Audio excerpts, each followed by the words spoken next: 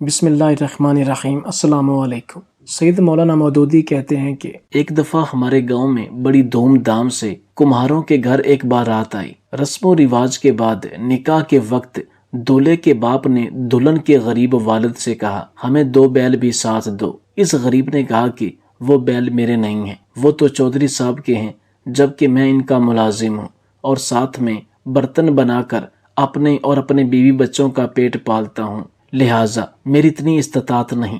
दूल्हे का वालिद गुस्से से बोला कि हमें तो मालूम हुआ था कि ये बैल तुम्हारे हैं और तुम्हारी इकलौती बेटी है, इसलिए मैंने अपने काबिल बेटे का तुम्हारे घर रिश्ता किया, लिहाजा अब तुम हमें ट्रैक्टर दो, चाहे चौधरी से मांग कर दो या खुद अपने पल्ले से, वरना ये निकाह नहीं होगा।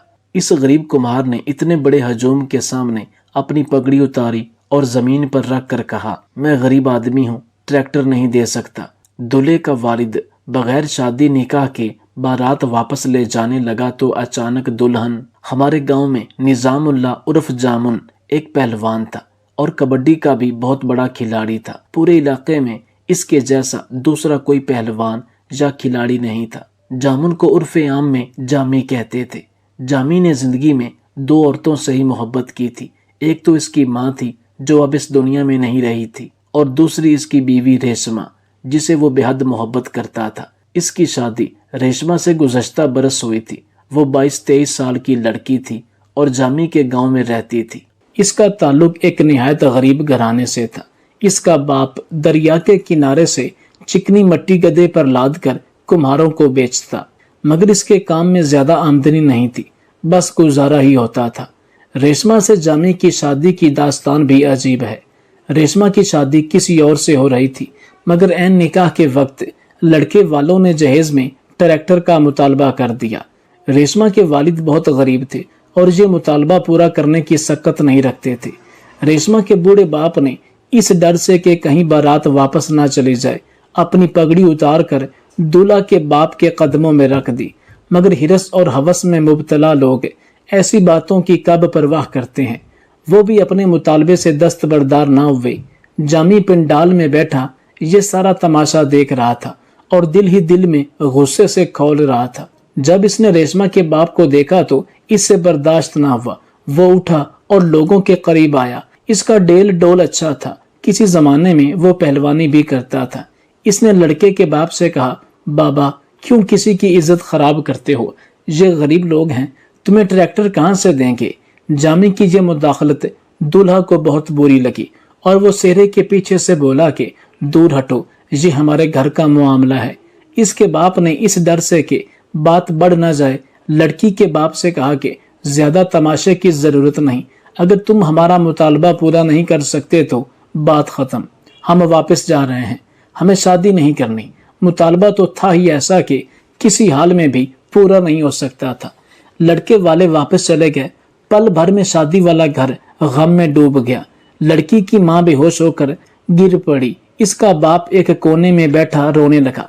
लड़के वालों के साथ आए हुए मेहमान चले गए, मगर वो मेहमान जो लड़की वालों की तरफ से थे वो मौजूद थे और अफसोस कर रहे थे। ये मंजर देखकर जामी के खून ने जोश मारा और बुलंद आवाज में रेशमा के बाप से बोला, बाबा तुम फिक्र मत करो, मैं तुम्हारी बेटी से शादी करूंगा, अभी और इसी वक्त। इसके इस ऐलान ने वहां मौजूद तमाम लोगों को हैरान कर दिया। इनकी हैरानी खत्म हुई तो इसकी जगह खुशी ने ले ली। जामी गांव का एक मेहनती और शरीफ नौजवान था। ना किसी से लड़ाई झगड़ा करता था, ना बुरे फेल में था। वो इसी गांव में जवान हुआ, यहीं बड़ा हुआ और सब जानते थे कि वो एक नेक और दूसरों के काम आने वाला नौजवान है। इसके पास जाती घर था और जमीन का एक छोटा सा टुकड़ा जिस पर वो काश्तकारी करके अपना खर्चा चलाता था। इसकी बात सुनकर चंद बुजुर्ग जमा हुए। इन्होंने आपस में कुछ सलाह मशवरा किए। थोड़ी देर में निकाह हो गया। जामी दिल ही दिल में बहुत खुश हो रहा था कि इसके बर वक्त फैसले ने लड़की वालों को परेशानी से बचा लिया। जामी के बचपन के दोस्तों को जब इस शादी की इतला मिली तो वो भी भागे भागे निकाह की तकरीब में शामिल हो गए। किसी भी लड़की का इस तरह का मामला हो जाए तो उसका हल हो जाने पर सब खुश हो जाते हैं। गांव के भी सब लोग खुश हो गए थे। बूढ़े और बूढ़ियां तो जामी को दुआएं दे रहे थी। बाकी दूसरे लोग इसे तहसीन आमेज नजरों से देख रहे थे और इसके इस फैसले के लिए दिल खोल कर तारीफें भी कर रहे थे। निकाह के बाद वहां पर मौजूद मेहमानों को खाना पेश किया गया। खाने से फारिग होकर रेशमा की रुखसती हुई। एक सजे सजाए तांगे में जामी दुल्हन को घर ले आया। इसका घर फैला हुआ था, किसी चीज की कमी नहीं थी, मगर कोई चीज करीने से रखी नजर न आती थी। वो रेशमा को लेकर अंदर आया और बोला, रेशमा तू भी सोचेगी कि जामी कैसा है, घर का क्या हाल कर रखा है। रेशमा ने घूंघट उठाया। इसने घर की हालत की तरफ एक नजर भी नहीं डाली।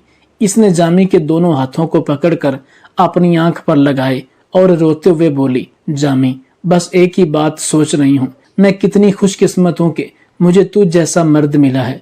तू जानता है कि हम कितने गरीब लोग हैं, उनका मुतालबा पूरा नहीं कर सकते थे। तू कितना अच्छा है, तेरे दिल में जरा सा भी लालच नहीं। अगर तू इतना बड़ा फैसला ना करता तो मेरी माँ सदमे से आज ही मर जाती। जामी मैं तेरा ये एहसान जिंदगी भर नहीं उतार सकूंगी। जामी ने रेशमा से कहा कि ऐसी बातें मत करो, मैंने तुझ पर कोई एहसान नहीं किया। तुम अच्छी लड़की हो, तुम उस घर के काबिल नहीं थी। सच पूछो तो मैं तुझे पहले ही पसंद करता था, लेकिन चूंकि तुम्हारा रिश्ता पहले हो चुका था तो मैं खामोश रहा। मैंने चचा से इसके मुतालिक कोई बात ना की, लेकिन निकाह के दिन उन लोगों के इस मुतालबे ने मुझे हैरान कर दिया। मैं सोच भी नहीं सकता था कि वो लोग इतने लालची होंगे। इस बात ने मुझे बहुत परेशान किया कि चचा ने कैसे लोगों में तुम्हारा रिश्ता दिया। अगर आगाज में ही वो ऐसे मुतालबात कर रहे हैं तो आगे और मुतालबात जरूर करेंगे और किसी तरह भी वो तुम्हारे वालिद को परेशान करते रहेंगे। जामी रेशमा को पहले से ही जानता था, लेकिन शादी के बाद रेशमा का अखलाक देखकर जामी को अपने ऊपर रशक होने लगा कि इसकी बीवी सोच से भी ज्यादा अच्छी निकली, जबकि रेशमा के लिए भी जामी किसी फरिश्ते से कम नहीं था। इससे पहले रेशमा किसी भी चीज की ख्वाहिश का इजहार करती, इसके मुंह से निकलने से पहले ख्वाहिश पूरी कर देता। फिर बाद में जामी ने दोबारा पहलवानी शुरू कर दी। लोग हैरान हुए कि जामी के अंदर का पहलवान अचानक कैसे जाग उठा। जब इन्होंने जामी से पूछा तो जामी ने कहा कि बात दरअसल ये है कि अच्छी और नेक बीवी आपको कभी बूढ़ा नहीं होने देती, वो आपको खुश रखती है। रेशम की जिंदगी में आने के बाद मुझे इस बात का एहसास हुआ कि मैं अब भी पहलवानी कर सकता हूँ। मैंने पहलवानी क्यों छोड़ दी, मैं अब भी बड़े बड़े पहलवानों के साथ मुकाबला कर सकता हूँ। हुआ भी ऐसा। जामी ने काफी मेलों में हिस्सा लिया जहाँ कुश्ती के मुकाबले होते थे। इसने बड़े बड़े पहलवानों को मात दी। जामी का नाम पूरे इलाके में मशहूर हो गया। वक्त तेजी के साथ गुजर रहा था। जामी के यहाँ एक बेटा और बेटी पैदा हुई। ये एक अच्छी जिंदगी गुजार रहे थे, एक ऐसी जिंदगी जिसकी हर शख्स तमन्ना कर सकता है। मगर वो कहते हैं ना कि इंसान आने वाले वक्त से ना वाकिफ होता है। इंसान को नहीं मालूम कि आने वाले वक्त में क्या होना है। बस हर हाल में इंसान को चाहिए कि अल्लाह ताला से डरे और अपने गुनाहों की मुआफी मांगे। एक दिन जामी जुमा की नमाज पढ़ने गया तो खुतबे में मौलवी साहब ने फरमाया कि अल्लाह ताला ने इंसान के हिस्से में इसका रिज़्क लिखा हुआ है। अगर आपको इस बात की खुशफहमी है कि आप घर के सरबराह हैं और आपकी वजह से घर का सरकट चल रहा है और आपके बच्चे और बीवी पल रहे हैं, तो ये आपकी गलत फहमी है। अपने खानदान वालों के लिए अपनी जद्दोजहद जारी रखें, लेकिन इस गलत फहमी में ना रहें कि आपकी वजह से वो रोटी खा रहे हैं, रिज़्क हासिल कर रहे हैं। जामी ने मौलवी साहब के मुंह से जब ये अल्फाज सुने तो दिल में सोचने लगा कि ये मौलवी साहब ने बड़ी ही अजीब बात की है। मैं यहाँ मेहनत मुशक्कत करता हूँ, पहलवानी करके 4 पैसे घर ले आता हूँ तो घर का सरकट चलता है। अगर मैं चुपचाप घर में बैठ जाऊं तो मेरे बच्चों को रोटी कौन खिलाएगा। मैं मौलवी साहब की इस बात से इत्तेफाक नहीं करता, बल्कि मेरा तो दिल मानता ही नहीं कि मौलवी साहब सच बात कह रहे हैं। दूसरे दिन जामी के दिमाग में पता नहीं क्या आया कि वो सुबह देर से उठा। इसकी बीवी हैरान थी कि पहले तो कभी ऐसा नहीं हुआ। मेरा शौहर सुबह सुबह उठता है, काम करता है, लेकिन आज सोया हुआ है। इसने अपने शौहर को नींद से बेदार किया तो जामी ने बीवी से कहा कि मुझे सोने दो, मेरी नींद पूरी नहीं हुई। बीवी ने जामी के माथे पर हाथ रखा कि शायद इसे बुखार हो, लेकिन वो बिल्कुल ठीक था। इसे नहीं मालूम था कि जामी के दिमाग में क्या चल रहा है। वो सारा दिन सोता रहता, फिर थोड़ी देर उठकर बच्चों के साथ खेलता और यूं शाम हो जाती। 2-3 दिन ऐसे ही गुजरे तो जामी की बीवी ने इसे कहा कि क्या मामला है, आज तीसरा दिन है, मैं देख रही हूँ कि तुम ना घर से बाहर जाते हो, ना कोई काम करते हो, ना ही मेलों में शिरकत करते हो। तुमने अपनी पहलवानी की मशक भी छोड़ दी। आखिर आपको हुआ क्या है? आटे की बोरी आहिस्ता आहिस्ता खत्म हो रही है। अगर तू यूं ही घर में बैठे रहे तो हमारा क्या बनेगा? कुछ अकल के नाखून लो। जामी ने अपनी बीवी से कुछ न कहा और खामोश रहा और कहा कि कल मैं जाऊंगा, तुम्हें परेशान होने की जरूरत नहीं। चौथे दिन जामी अपनी आदत के मुताबिक वैसे ही सोया रहा तो बीवी को गुस्सा आया।